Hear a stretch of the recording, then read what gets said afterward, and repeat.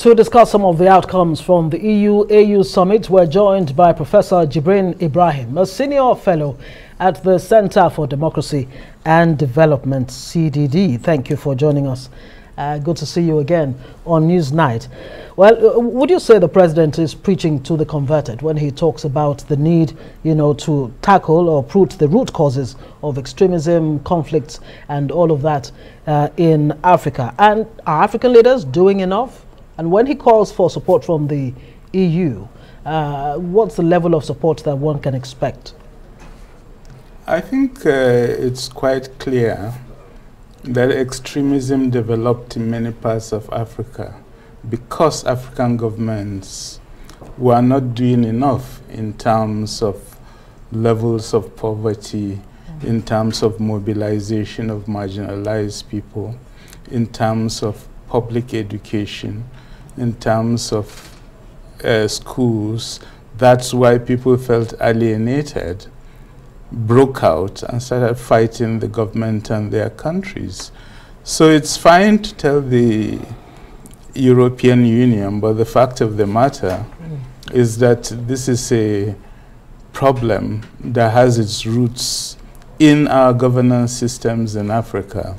And ultimately, no outsider is going to be able to help you resolve that problem if you do not take the necessary measures to resolve them yourselves.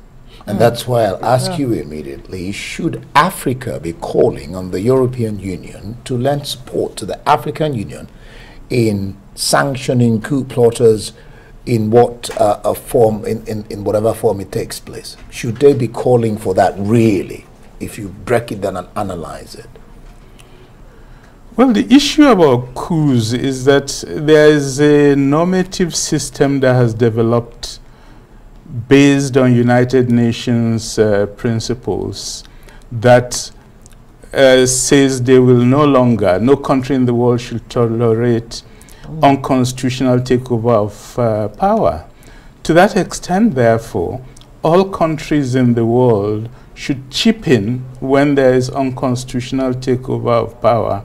And it is correct that the European Union is called upon to do their own part. But once again, my core argument is that if coups have been happening with regularity in Africa in recent years, it is because certain measures that needed to be taken when sitting presidents engage in fraudulent elections, change constitutions and extend their tenure, which are the key cases we have before us. And then people feel there's no alternative to a coup. To the extent, therefore, to which it is these activities, actions, and inactions of African leaders that provoke these situations, the principal responsibility remains the African one. So what exactly does Africa, the AU, need to do?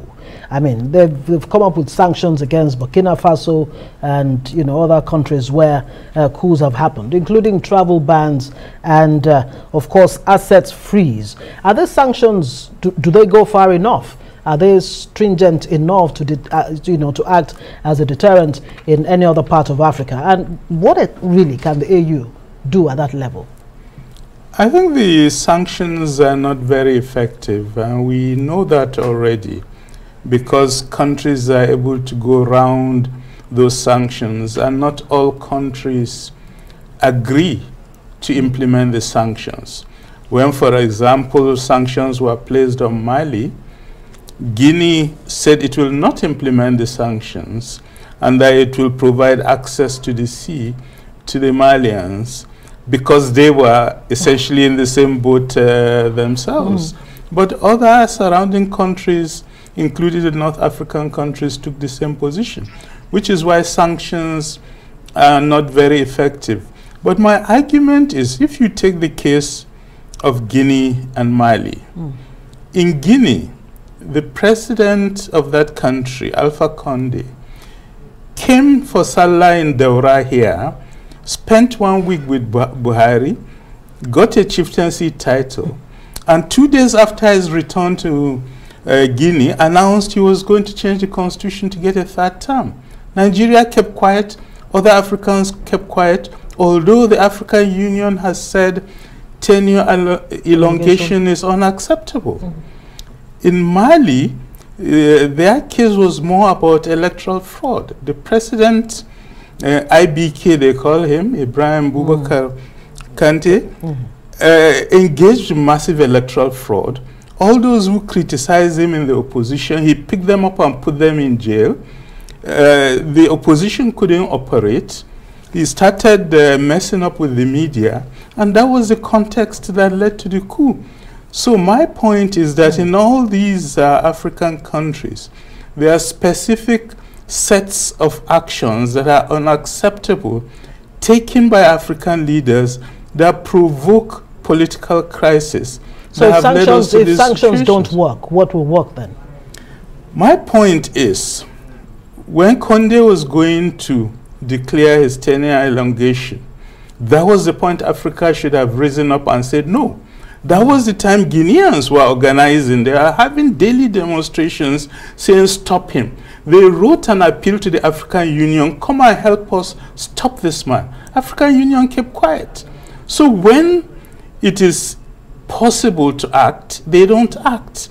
And when the deed is done, that's the coup has already happened, then they say we will apply sanctions. That's not the way to do it. It should be more proactive. Yeah. Precisely, that's my argument. What you're saying. All right, we will stop here for now, keep you on pause. But when we get back, we'll continue this particular chat. Don't go away. All right, glad to have you back. We still have Professor Jibrin in the studio, Professor Jibrin Ibrahim in the studio with us discussing the EU summit that was in Brussels, Belgium. Prof, let's get you to speak to this initiative by the Ethiopian leader, the G4 platform, to come up with practical, effective solutions. This looks more like what African leaders should be doing. Absolutely, that's what other continents are doing. There has to be certain countries that are able to exercise leadership to develop a path that the other countries can follow. Because the problem with such summits is that you'd go there. This is an organization with a long history. They have their positions developed over a long time. But you as Africa, you don't have an organized position. And you are also placed in a structure, as you are aware.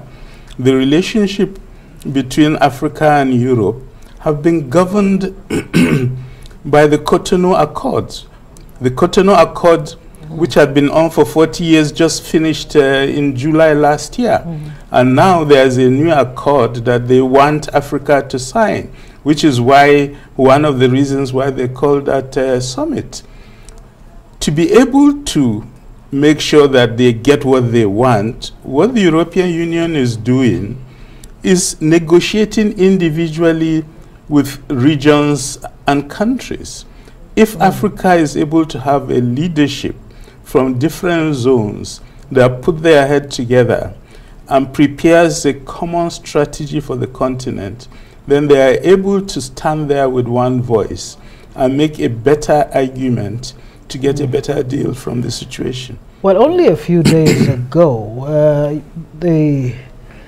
Patrick Lumumba, a renowned speaker and former Kenyan anti-corruption czar, made a point that African leaders really, when they come together, it's just really talking about trivialities and not dealing necessarily with the real issues of insecurity, of course, the fallouts like IDP's situation and all of that.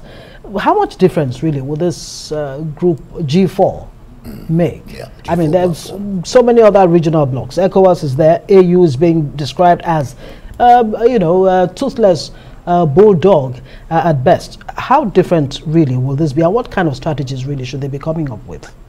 Well, as you are aware, Africa is now under a leadership crisis. The president of the African Union Faki has really weakened the union by breaking collective agreements taken. On this question of coups, when the coup occurred in Mali, he applied the rules. When it happened in his own country, Chad, he said we must not apply the rules. And that was what opened the door to these other countries to say, well, if the African Union itself is not consistent in terms of applying its core principles, what they call the common values, then we can do what we want. So in this context, it's important to have a leadership that emerges, even if it's informal, that's able to chart a position and sell that position collectively to African countries so that we can stand on our own feet and not be there contradicting ourselves. What African Union should have done is to sack Faki from the day he refused to implement the collective agreement on Chad. They were unable to do that. He's still there doing what he wants to do. So given that context, a context of weakness, we need to find a solution.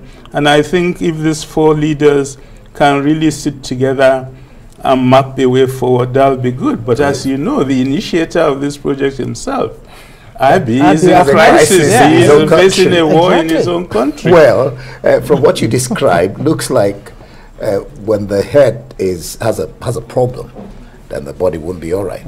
If the head of the AU is disobeying. But Buhari talked about nipping in the bud the root causes of extremism, conflicts and tensions in Africa. How do you do that? I mean, what indeed are the root causes? You know, how do you get around that?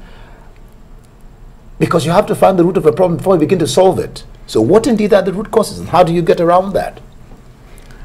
You know, in 2015, when Buhari came into power, some of us proposed that set up a national committee of scholars to study the root causes of the Boko Haram crisis. Nigeria does not have a formal government-sanctioned study of what caused that problem, what are the root causes, and what are the pathways to a solution. Nobody listened to that suggestion. And the fact of the matter is, if you do not study your problems carefully, using your own scholars and your own resources, nobody is going to do it for you. And you find you can't move forward because you are really beaten up about in the dark. And that's part of the problem. I think African governments have been very reluctant to use the intellectual resources available on the African continent to seek solutions to their problems. Why is that so? Well, you had the president appealing to the European Union to help with this crisis. Meanwhile, this Nigerian president and other African presidents have not called their own scholars, their own intellectual resources to map a way forward for them. I think this reliance that the outsiders will solve your problem has been with us for a long time. And the relationship between Africa and Europe has always been molded in this neo-colonial logic, where we are the servile ones and they are the ones with the resources, with the markets, with the capital that dictate the way forward. And that's one of the issues that this summit is supposed to address. Hopefully it can address it in a sustainable manner, where Africa is not the beggar continent that goes to Europe or the West for anything. Thank you so much for joining us, Professor Jibrin Ibrahim, Senior Fellow, Center for Democracy and Development.